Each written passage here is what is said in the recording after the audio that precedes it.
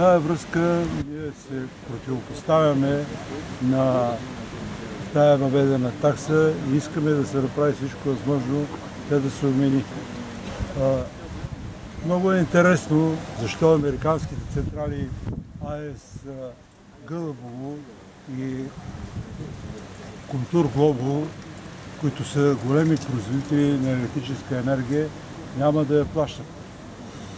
Това е записано в техните договори, че всички допълнителни такси и допълнителни изменения по цените, които се правят, те ще бъдат заплащани от НЕК.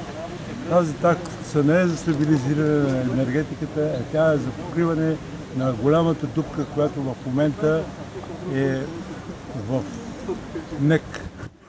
Предвижда се да се съберат около 200 милиона лева, но те няма да бъдат 200, тъй като около 50 милиона е само таксата, която би дошла от американските централи.